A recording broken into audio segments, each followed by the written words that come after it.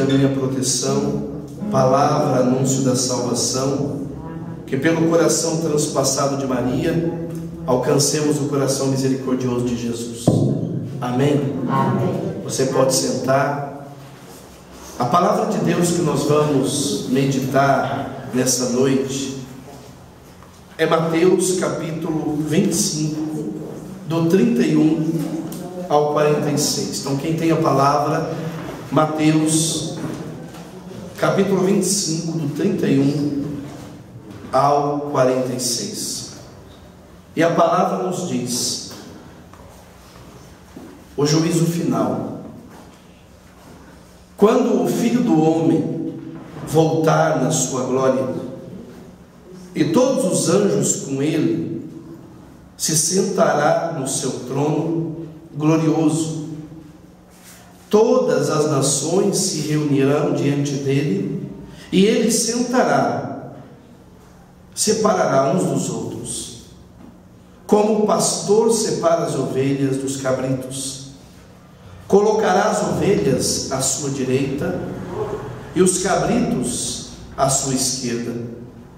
Então o rei dirá aos que estão à direita: vinde, benditos do meu Pai, tomai posse do reino que vos está preparado desde a criação do mundo. Porque tive fome e me destes de comer, tive sede e me destes de beber, era peregrino e me acolhestes, nu e me vestistes, enfermo e me visitastes, estava na prisão e viestes a mim. Os justos lhe perguntarão: Senhor, quando foi que te vimos com fome e te demos de comer, com sede e te demos de beber? Quando foi que te vimos peregrino e te acolhemos, nu e te vestimos?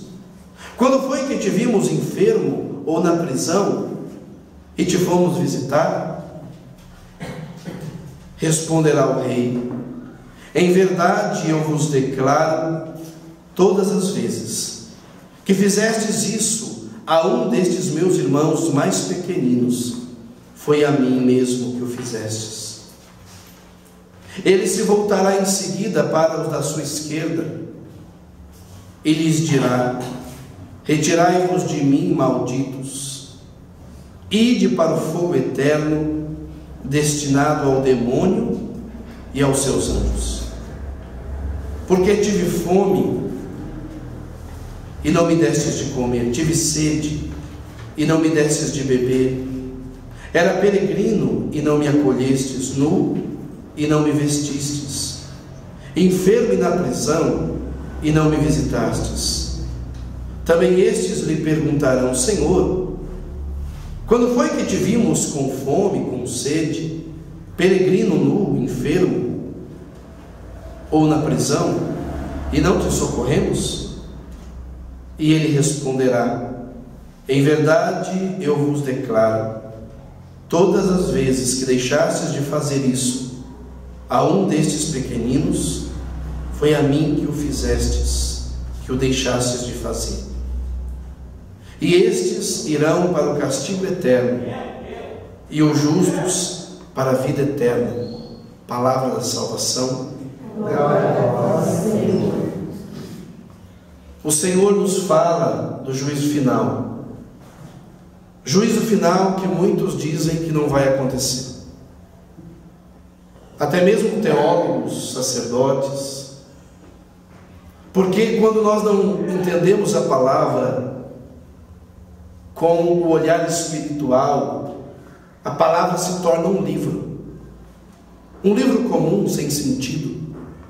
Mas quando nós lemos a palavra e olhamos, escutamos e acolhemos a palavra como boca de Deus que nos fala, nós entendemos que existe uma promessa.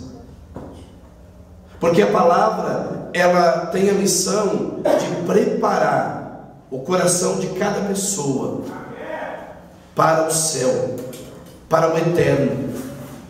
A palavra de Deus, ela tem somente um sentido, senão de abrir o entendimento do homem para o mistério salvífico de Jesus.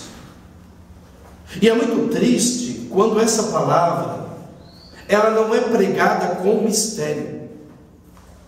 Quando essa palavra, ela não é pregada com o coração, com a alma, com o sentido, com o profetismo.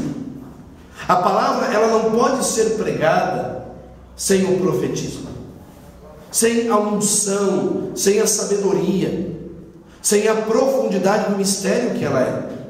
Quando o Senhor diz: quando o Filho do Homem voltar na sua glória, e todos os anjos com ele, se sentará no seu trono glorioso.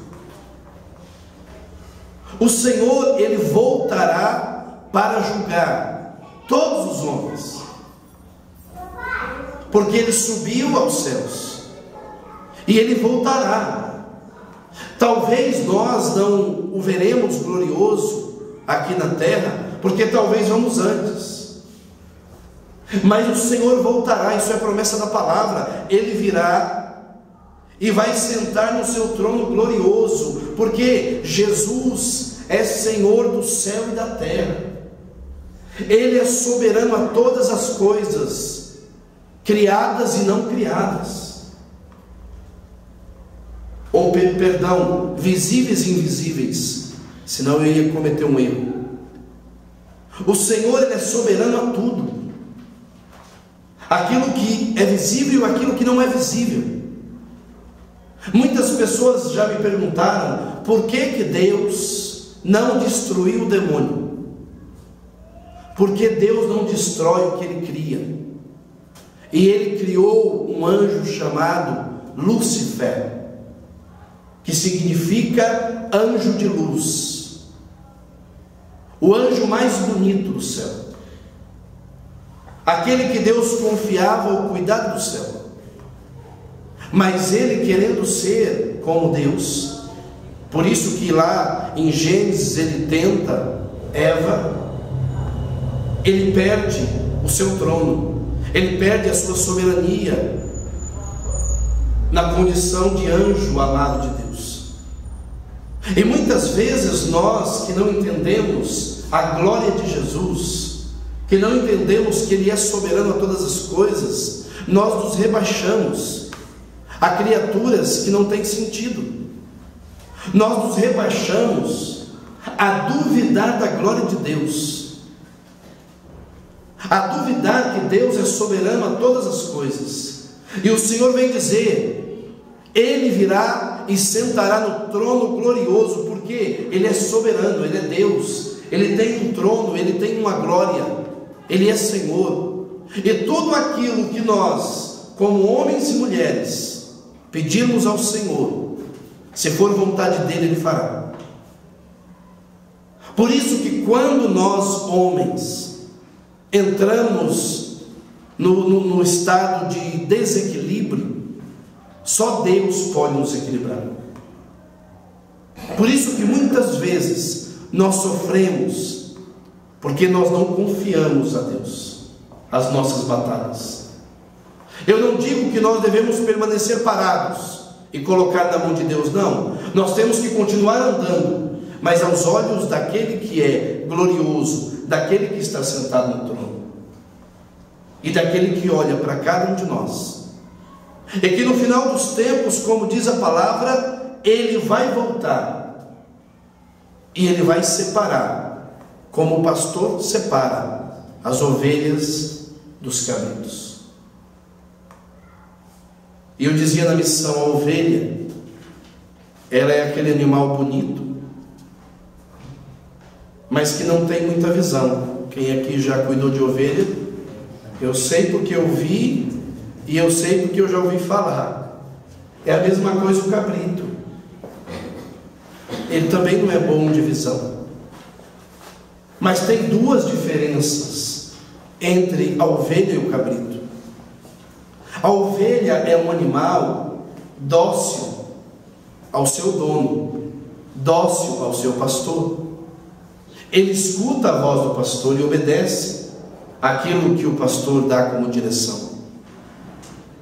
E o cabrito, ao contrário, é um animal rebelde, que muitas vezes tem a missão de destruir lavoura, porque se você deixa ele entrar na lavoura, ele acaba. Ele é agressivo, ele é violento, ele dá cabeçada na pessoa se ele não gostar, né? E o Senhor está dizendo isso e dando esse exemplo por quê? Porque Ele está comparando nós homens a ovelhas e a cabritos. Será que nós somos ovelhas ou nós somos cabritos? E o que é ser ovelha e o que é ser cabrito?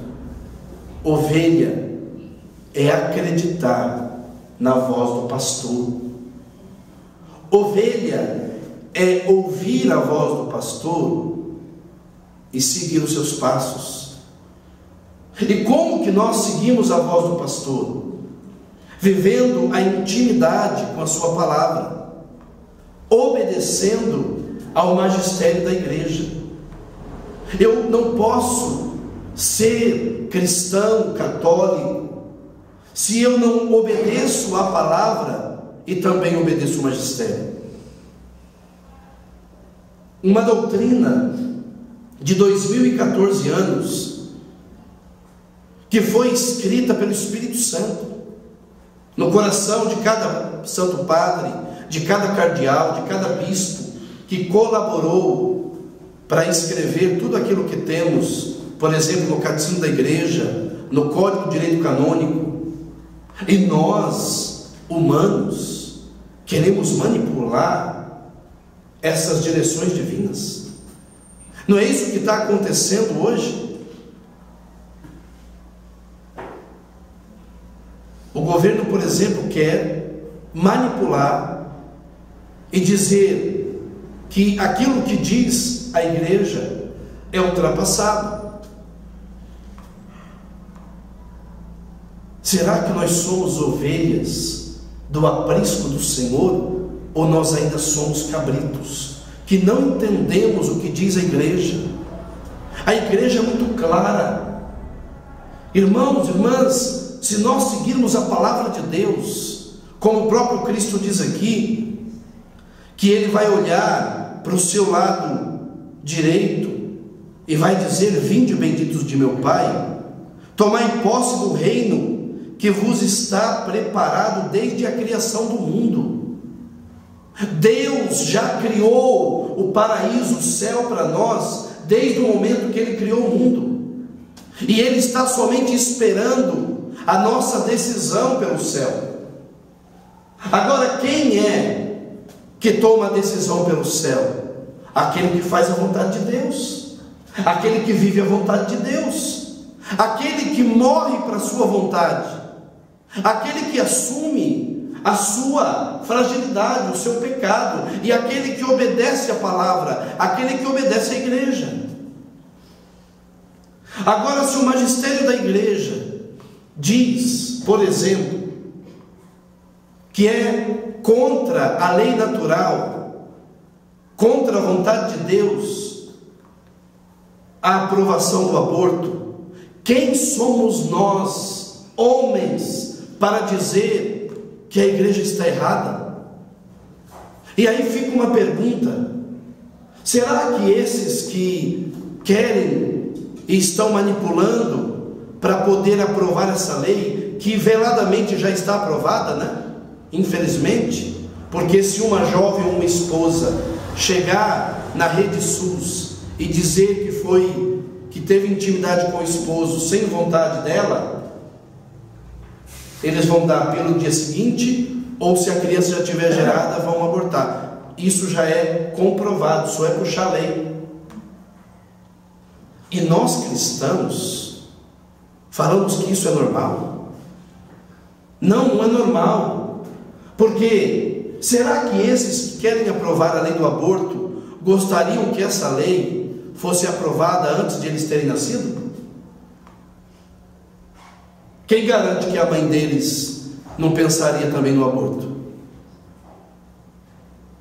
Fala para uma mãe, para ela deixar o filho nascer, e fala para ela matar depois, para ver se ela mata.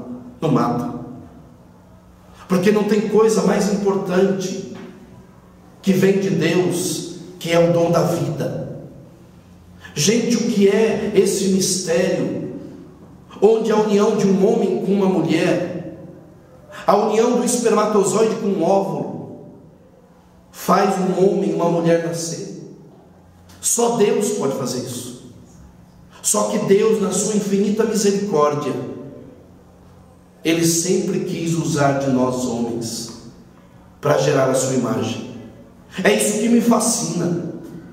Deus, no seu amor misericordioso, Ele quis que pela união do homem com a mulher nascesse a sua imagem e semelhança. Deus poderia ou não criar o homem sem a nossa participação? Sim ou não? Ele não é Deus? Ele não poderia? Até o próprio Jesus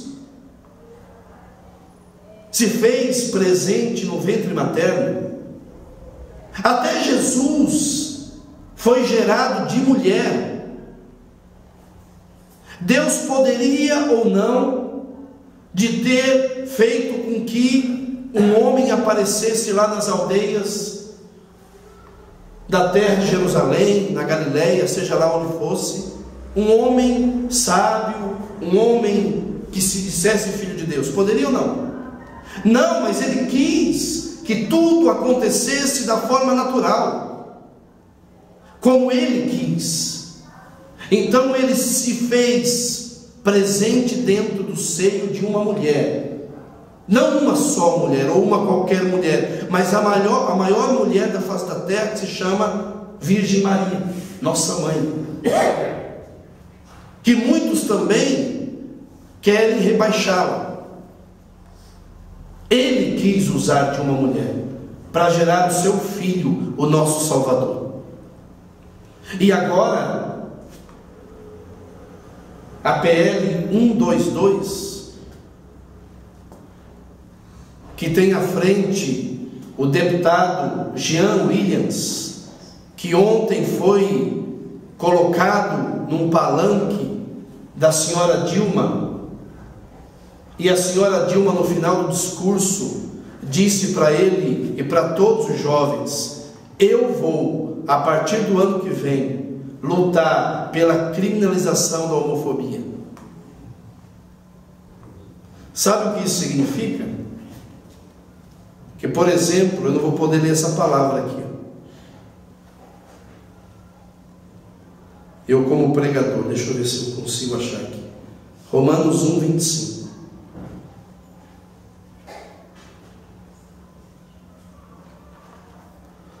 Romanos 1, 25. A palavra de Deus vai nos dizer em Romanos 1, 25.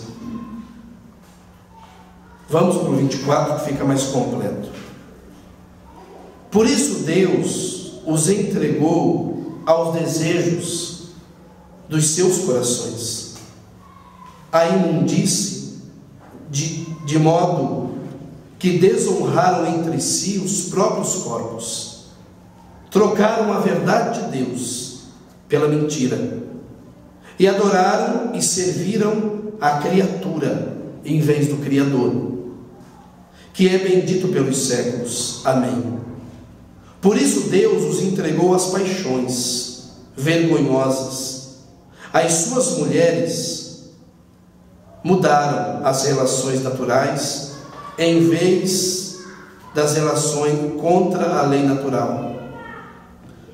Do mesmo modo, também os homens, deixando o uso natural da mulher, arderam em desejos uns para com os outros, cometendo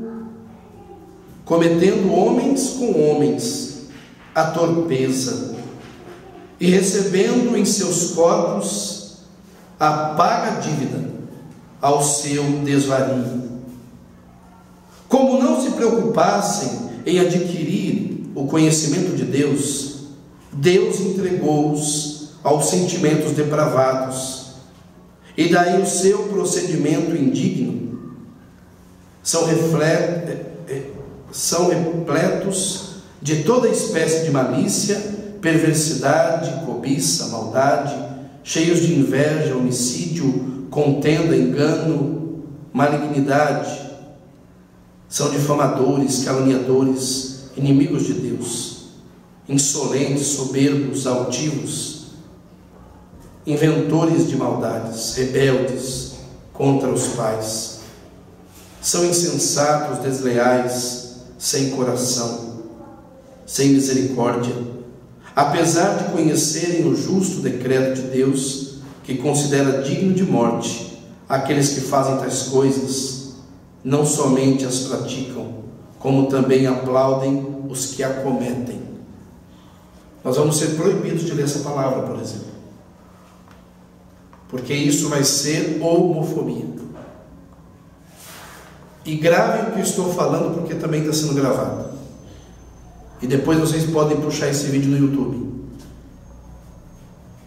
Se nós permitirmos o que está caminhando, ou que acham que o que as pesquisas estão dizendo, eu sei que muitos aqui podem gostar do PT, mas um dia, há 4 ou 5 anos atrás, eu aceitei Jesus de verdade, e sendo um petista me converti a Jesus Cristo, porque o PT tem uma missão muito clara de implantar em nosso país o comunismo,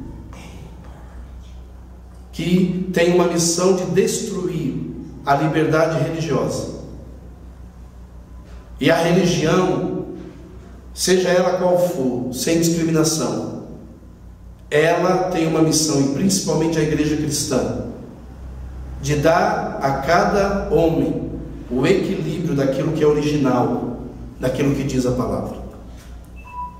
Se nós permitirmos que esse partido continue, e muitos estão preocupados se vai tirar a Bolsa Família, se vai tirar o salário, se vai tirar isso. Nenhum governo pode retirar aquilo que já existe. Só que o governo pode implantar leis que destruam a nossa família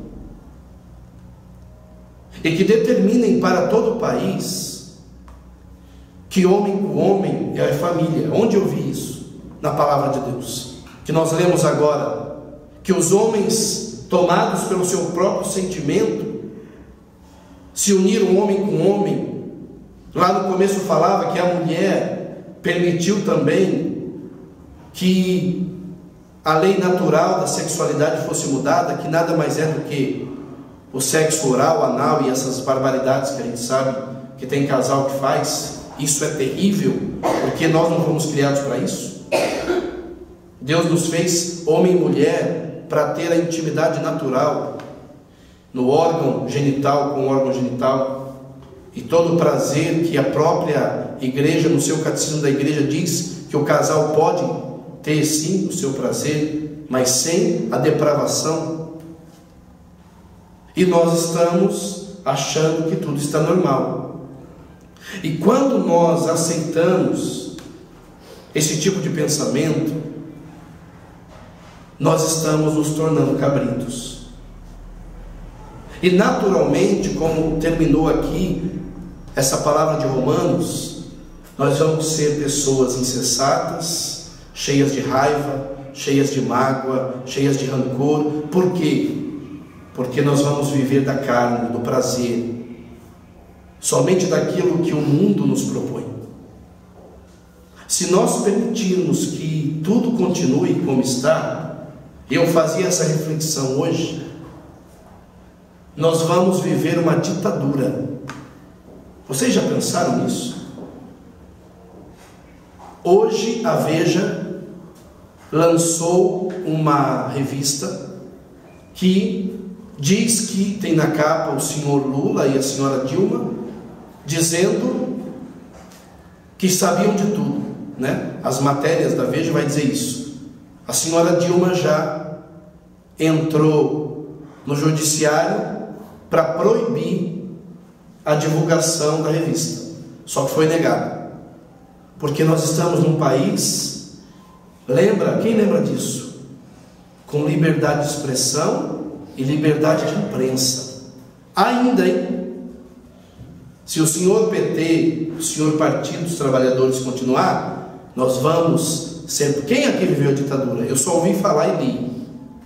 Vamos voltar não só para uma ditadura de ser proibido de se expressar e de falar aquilo que pensa, mas também vamos ser proibidos de ser cristãos católicos.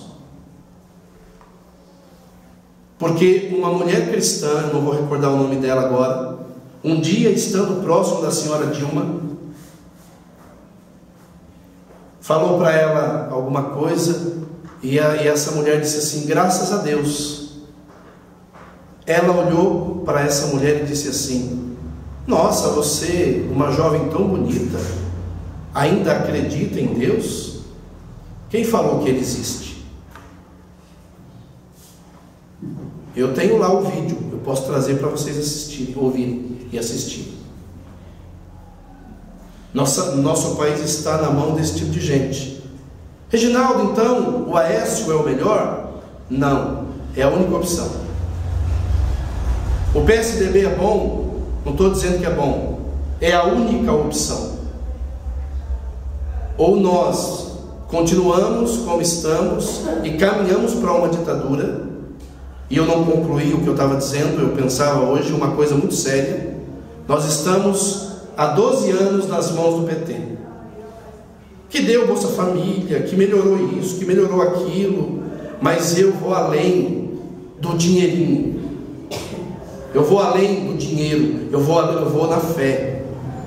Eu não quero ser proibido de pregar como estou pregando. E quando a gente apoia esse tipo de partido, a gente vai caminhar para isso. E concluo o meu pensamento. Eu pensava, depois de 12 anos nas mãos do PT, se a senhora Dilma ganhar, nós vamos para 18 anos. Nas próximas eleições, o senhor Lula se candidata, vamos 22. Depois a gente vai, acho que é 24 a soma de tudo. 24 anos na mão de um mesmo partido significa ditadura. Porque nós deveríamos somente ter a presença de um líder por 4 anos. Depois mudava. Depois o partido deveria escolher outra pessoa. E aí essa outra pessoa ia guiar o país. Mas ficar na mão de 2 pessoas durante 24 anos é estabelecer uma ditadura. A única instituição que funciona com a mesma pessoa por muito tempo se chama Igreja Católica Apostólica Romana, que teve João Paulo II por 25 anos. Mas por que deu certo? Porque quem guiava ele era o Espírito Santo, não era a carne. Agora, homens guiados com o desejo de criminalizar a homofobia, onde eu não vou poder falar para o meu filho que homem com homem, mulher com mulher é errado, porque se souberem vão dizer que eu estou querendo colocar dentro do meu filho um conceito de discriminação. Como a expressão está nas redes: acorda, Brasil. Acorda, Brasil. Nós somos um país cristão. Nós só vamos dar de comer a quem tem fome, dar de beber a quem tem sede, vestir quem está nu em Jesus Cristo.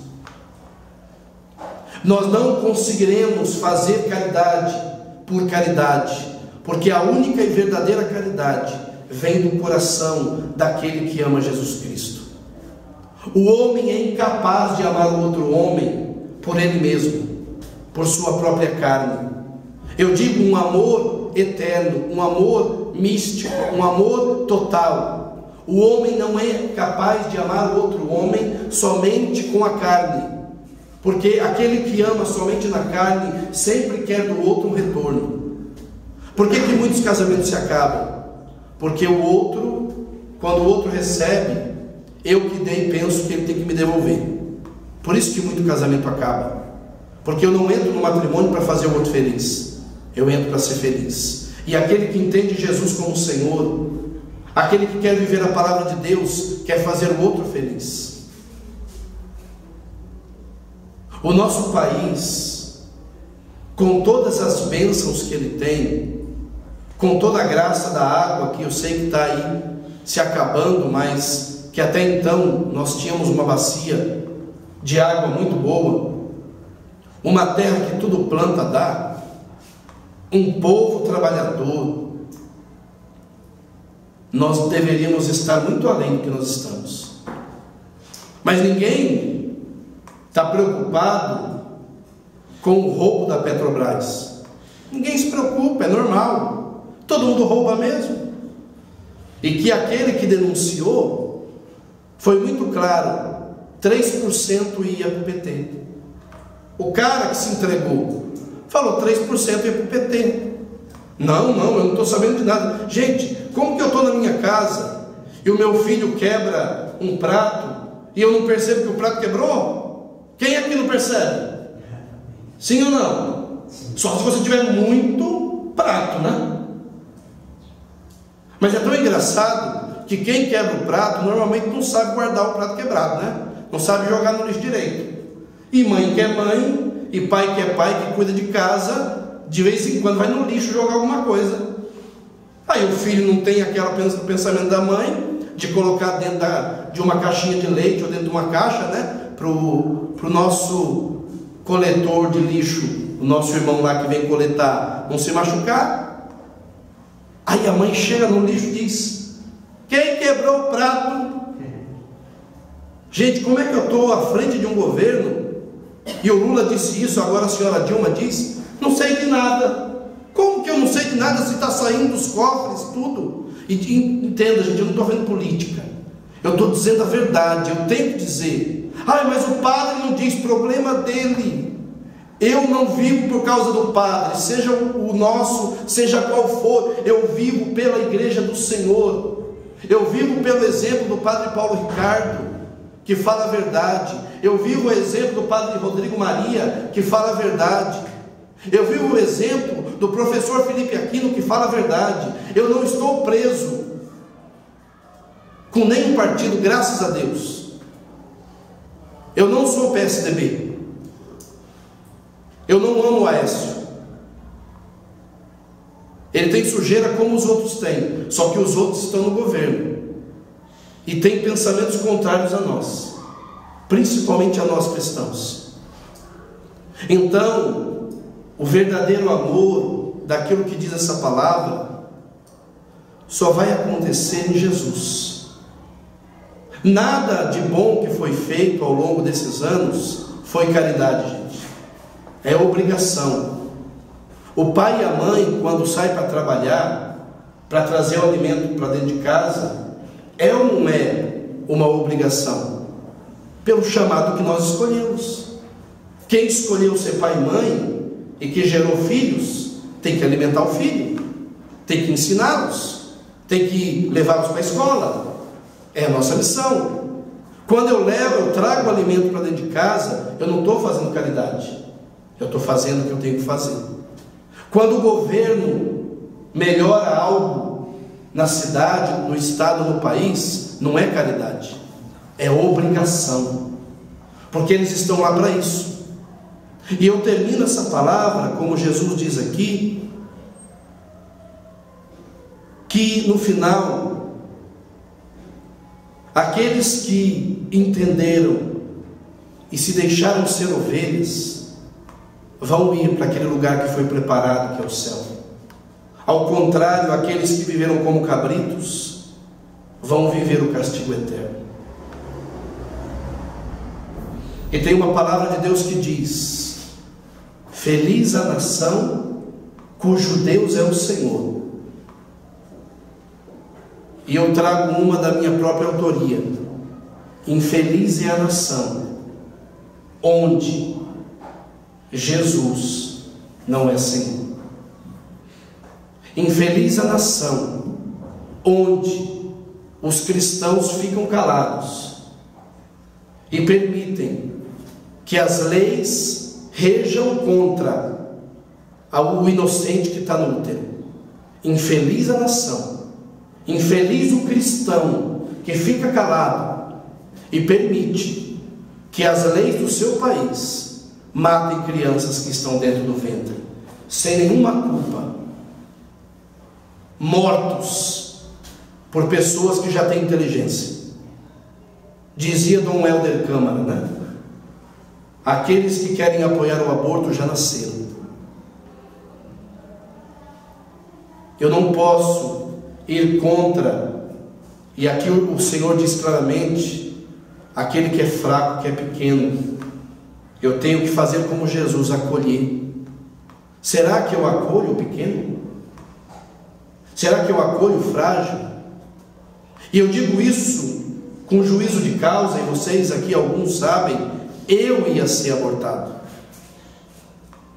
porque os médicos queriam assim, e minha mãe disse não. E saindo daquele hospital, dentro da sala do hospital, lá dos corredores tinha uma capela, ela se ajoelhou e me consagrou à Virgem Maria. E eu nasci de 7 meses com muitas complicações, mas estou aqui com 38 anos, talvez viva até 40 ou até 80, mas o que vivi, dou glória a Deus, porque um dia minha mãe disse não ao aborto. Agora nós não podemos ficar calados, é isso que me inquieta. Aí você pode dizer no teu coração, eu sei que muitas vezes fica inquieto, mas por que o Reginaldo está falando isso? Eu vou no outro grupo de oração lá da esquina, eu vou lá na paróquia, o padre não fala porque tem medo, porque muitas vezes a pessoa acha que se colocar em meio a uma situação é ser político. Não é ser político. Papa Francisco disse esses dias, o cristão tem que se meter, ele falou desse jeito, se meter na política. Eu não tenho aptidão para isso,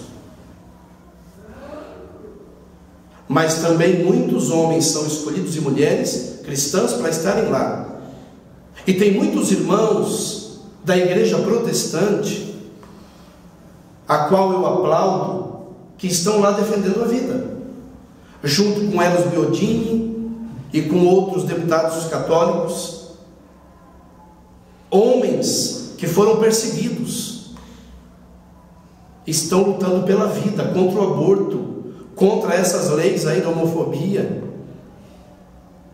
Por quê? Porque nós não queremos um país católico, onde o governo seja submisso à igreja, não. Nós queremos um governo que respeite a vida, que respeite os pequenos, que promova o direito à vida. Agora eu pergunto para vocês, para que o médico é médico? Qual a missão do médico? Salvar vidas, sim ou não? Agora, como um médico que assina lá no dia da sua colação de grau um compromisso de defender a vida, como eu, nação brasileira, povo brasileiro, vou levar esses que devem salvar vidas a matá-las? É contraditório ao próprio sentido da vocação deles, é contraditório. O médico promove vida. O médico ele não pode pegar um bisturi e colocar dentro da mulher e dilacerar um corpo vivo. Ele não veio para isso. É como o engenheiro, ele não veio para construir um edifício com colunas fracas. Ele veio para calcular certamente o que tudo aquilo que está acima das bases sustenta. Ou vocês acham que um arquiteto ou que eu falei agora? Um engenheiro, quando a gente viu aí casos de prédios que caíram, eles fizeram de pensamento isso? Vou fazer de qualquer jeito para que isso caia e morra um monte de gente. Eu creio que eles não, eu não acredito que eles fizeram isso, porque eles estudaram para fazer melhor. Eu não estou dizendo que não tenha gente competente em todas as áreas, mas eu não acredito que um médico se tornou médico para matar. E também não acredito que uma mãe se tornou mãe para matar um filho. Por isso que nós não podemos animar ninguém ao aborto. Nós temos que levar muitas jovens que estão grávidas. Traga para mim, para a comunidade de Árvore da Cruz, que a gente dá um jeito. Como dizia hoje, não sei quem me dizia, uma situação que as irmãs Marcelina, daqui de São Paulo, a última missão que nós fomos hoje, o filho chegou lá todo um monte de problema, e a mãe, ela contava, a mãe se ajoelhou lá na frente do hospital e pediu a misericórdia de Deus para aquela criança. E a madre, vendo aquela situação da criança, achando que aquela criança não tinha mais jeito, disse com carinho: mãe, a senhora dá essa criança para mim? Aí a mãe olhou para a madre e disse assim: madre, isso é o meu filho, ele não é nem um gato nem um cachorro para mim dar, eu vou cuidar dele. Aí depois a madre que cuidava do hospital foi até ela e disse: fiquei muito feliz com a tua resposta, porque quando eu pedi o filho para você, não foi para tirar de você, é porque vendo você eu achava que você não tinha condição de cuidar, mas a resposta que você me deu já demonstra que você vai cuidar, e a criança hoje está bem. O Hospital Santa Marcelina cuidou, fez de tudo que podia, e a oração e também a fé dessa mãe compreende o mistério. Então nós não podemos colocar o nosso país à mercê de um pensamento contrário à vida. Eu não estou fazendo política, viu? Entendam isso. Eu estou sendo um pregador da palavra verdadeiro para que vocês pensem. Porque depois que vocês enxergarem tudo que pode acontecer, se acontecer de manter o que está, eu quero estar vivo para ouvir você falar: realmente, Reginaldo, o que você falou é verdade. Mas também quero poder olhar para você unido com um desejo de mudança, poder dizer assim: demos um passo. Eu falava isso na comunidade esses dias. Se o outro ganhar, não porque ele é bom ou porque ele é o santinho, nós temos que fazer como Deus fazia quando escolhia os reis. Ele enviava o profeta, como fez com Davi. Chegou na casa, o pai de Davi foi mostrando todos os mais bonitos, os mais fortes. Ele disse: não, o que Deus mandou escolher não está aqui não. E ele, já contrariado, porque ele queria que fosse um daqueles, disse: então chama Davi lá. E quem era Davi? Um pastor. Ele disse: esse é o escolhido. Ungiu ele e levou ele para o rei, para governar Israel. Se ele ganhar, o que nós temos como missão é orar para que o Senhor Jesus entre no coração dele e mude tudo aquilo que é mal dentro dele. Porque se essa que está a ganhar, nós temos que se pendurar de cabeça para baixo, fazer jejum e penitência, se chicotear, comer um pouquinho de comida para ver se o diabo sai dela. Mas é possível. É possível. É possível. Porque todo aquele que ora vence, né? Quem sabe com um propósito desse eu não emagreço, né? Porque se continuar vai ter que ser oração. Não é pouca não. É jejum, penitência e, como fazia Santo Antônio, se chicotear. Porque, como diz o próprio Jesus, quando ele tira 7 demônios de uma pessoa e ela permite que ele volte, misericórdia. Então que você decida hoje se você quer agir como ovelha ou como cabrito. Nós estamos a 2 dias de uma decisão importantíssima para o futuro do país e para o futuro de todo cristão. Porque se continuar do jeito que está, nós vamos ser obrigados a ficar calados, né? Só que eu não vou ficar e você vai me visitar na prisão, vai? Vai sim, senão eu vou cobrar. Amém? Amém. Feche os seus olhos. E no desejo que o Senhor tem para nós, nós vamos